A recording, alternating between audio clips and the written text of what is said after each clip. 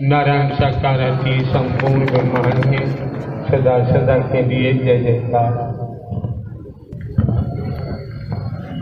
आप लोग समझ सकते हैं, कुछ क्षण पहले आपने देखा किस तरह से आप सही में खींचातानी हो रही थी। ऐसे ऐसे शब्दों का उच्चारण हो रहा था जो नहीं होना चाहिए। अब उन्होंने अपना परिचय बता दिया। परिचय सुनने के बाद तो उनकी आम भाषा है, फिर भी थोड़ा समझा, संघर्ष न कर पाए, जुबानी बात चल रही।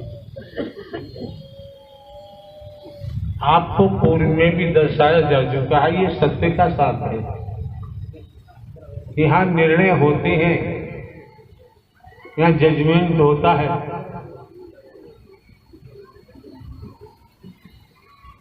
और वही ये भाषा आप लोग अपनी भाषा से बता रहे थे, जानकारी दे रहे थे। सीधी सी बात है, नर नारी का शरीर है, सांसारिक जीवन जी रहे हैं, तो सुकून होना चाहिए, चैन होना चाहिए, शांति होनी चाहिए।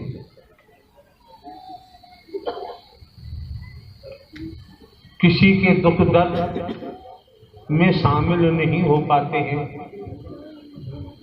तो स्वयं के दुख दर्द की तरफ ध्यान देना चाहिए। जब स्वयं के दुख दर्द की तरफ ध्यान देंगे, परेशानी की तरफ ध्यान देंगे और सत्य का साथ करेंगे, तो मन में पुरुषार्थ, परमार्थ, निस्वार्थ प्रेम करने की भावना जागृत होगी। क्यों?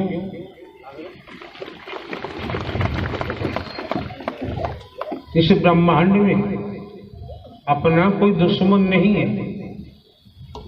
एक नूर से सब जग उपजा है, सभी में एक ही नूर समाया है, ना कोई वैरी ना बेगाना है।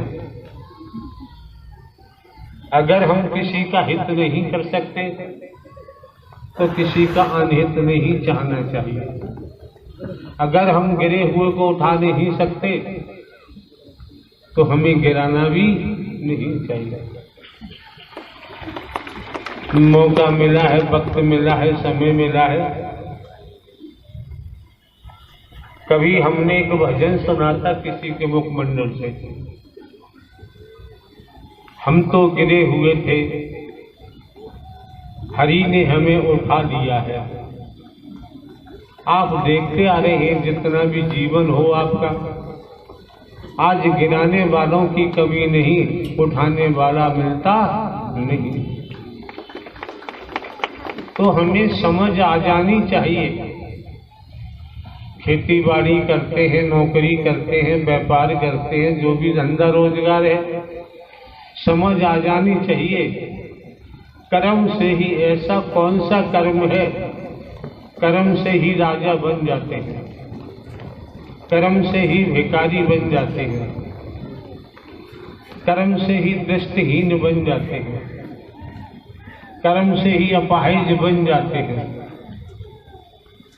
कर्म से ही कुत्ता कुतिया गधा घोड़ा गाय भैंस कीड़ा मकोड़ा सांप बिच्छू छिपकली बन जाते हैं, कीट पतंग बन जाते हैं।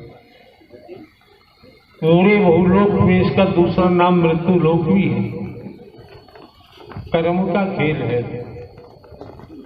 अच्छा कर्म करोगे तो परिणाम अच्छा आएगा। घूमता फिर रहा ये नाटक क्या हो रहा है, यही संचालन करता है, तेरा काम करता है।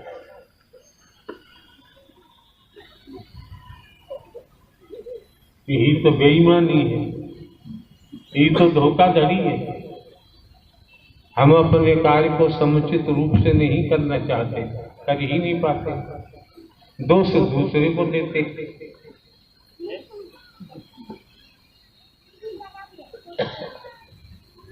जनपद एटा, आसपास की बात हो रही है, फरकापुर, फिरोजाबाद है और आसपास में जो भी जिले हैं, इस समय किसानों के पास भी कोई ऐसा काम नहीं है। प्रथम मंगल करते हैं, भागदौड़ होती है, बात नहीं बन पाती। 20 दिवस का यहाँ समय दिया है, इसलिए दिया है पुरानी केचरी को उतार के फेंका जाए, ठोंक ठोंक के पीट कर शब्दों से आपकी मजबूत बुनियाद रखी है, फाउंडेशन बनाया जाए।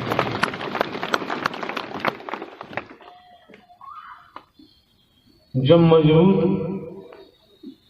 फाउंडेशन होगा तो दीवार भी मजबूत लेके चलोगे।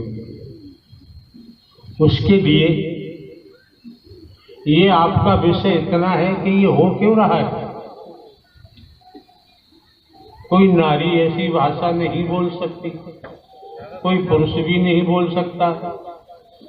मनगढ़ंत करेगा तो और मार खानी पड़ेगी। ये इनकी मनोदशा कैसे बनी है जो आप अभी सुन रहे थे, देख रहे थे। तो करनी कर क्यों डरे, क्यों पाछे पछताए, और बोया पेड़ बबूल का आम कहां से। सब कुछ कर्म से निर्मित है, कर्म से ही संस्कार बनता है।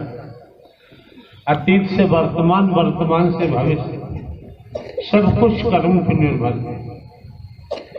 ऐसा कर्म कौन सा है जिससे राजा बन जाते हैं, ऐसा कर्म कौन सा है जिससे भिखारी बन जाते हैं, ऐसा कर्म कौन सा है जिससे अपाहिज बन जाते हैं, दुर्गति को प्राप्त हो जाते हैं, पशु बन जाते हैं, पक्षी बन जाते हैं, जमीन पर रहने वाले कीड़े बन जाते हैं, जल में रहने वाले जंतु बन जाते हैं, गटर के कीड़े बन जाते हैं।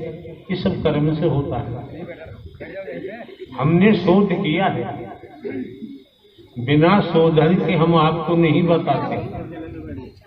सर्जरी हम करते हैं, सर्जरी के द्वारा बताते हैं, जिससे आप स्वयं को जान सके कि मैं कौन हूँ, मैं आया कहाँ से हूँ, मेरा रूप क्या है, मेरा स्वरूप क्या है, मुझे क्या करना चाहिए, मैं कर क्या रहा हूँ। स्वयं की जानकारी का होना बहुत जरूरी है। संसार का ज्ञान इकट्ठा कर लो और स्वयं की जानकारी नहीं तो आपके पल्ले में कुछ भी नहीं है। इतना ही समझ लो। हम चिल्लाते रहते हैं, हम तो एक हरकाटा चौकीदार बन के काम करते हैं। आप देख रहे हैं, हम कोई बाबा साहबा नहीं है, कथावाचक उपदेशक भी नहीं है, हमारा कोई मिशन संस्था पंथ भी नहीं है, हमने कहीं कोई आश्रम भी नहीं बनवाई है, कोई बिल्डिंग नहीं बनवाई है, 1 इंच जमीन कहीं नहीं खरीदी है।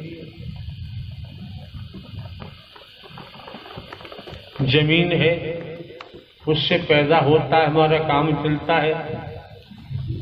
14-15 वर्ष पहले पेंशन ली इंटेलिजेंस ब्यूरो से, पेंशन मिल रही है।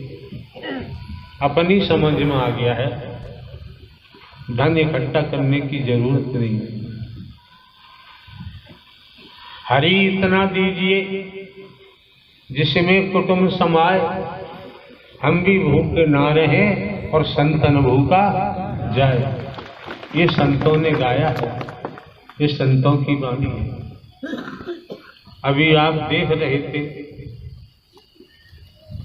अव्वल दर्जे का बता रहे थे, मैं जिंद हूँ, वो भी जिंद है, इधर जिंदानी है, उधर नाग देवता है, उधर वो बाबा खड़े हैं, तांत्रिक है। तो ये हम भी जानते हैं, आप भी समझ लेना चाहिए ये अपनी मर्जी से नहीं आई। यहाँ पहुंचते ही इनका एहम गायब हो गया, घमंड गायब हो गया कि हम आप भली भांति जानते हैं ऊंट अपने को कितना ही ऊंचा समझे, जब पहाड़ के नीचे पहुंचता है तो समझ में आ जाता है। नारायण हरि परमात्मा ब्रह्मांड के रचयिता है, संचालन करता है, संहार करता है। नारायण हरि परमात्मा का न आदि है न अंत है, न जन्मते हैं न मरते हैं, हमेशा काम धाम रहते हैं। इस घटते नारायण साकर हरि का ही नाम निकला, उजागर हुआ है। भले ही हम हर कार्य चौकीदार बन के काम करते हैं, हमने आपको आने वाले महापुरुषों को जीवित परमात्मा दिया है, जिंदा परमात्मा दिया है। जहां बात गुरु की होती है वहां हमने आप लोगों को दर्शाया है, जानकारी दी है। क्या दी है? नारायण साकर हरि परमात्मा ही परम सदगुरु बनकर आपका मार्गदर्शन करते हैं। इतना सुनने के बाद श्रीमान जी ब्रह्मांड में कुछ शेष नहीं रह जाता। कोई पशु धूप में बंधा होगा, सांस कर रहा होगा, चमड़ी मांस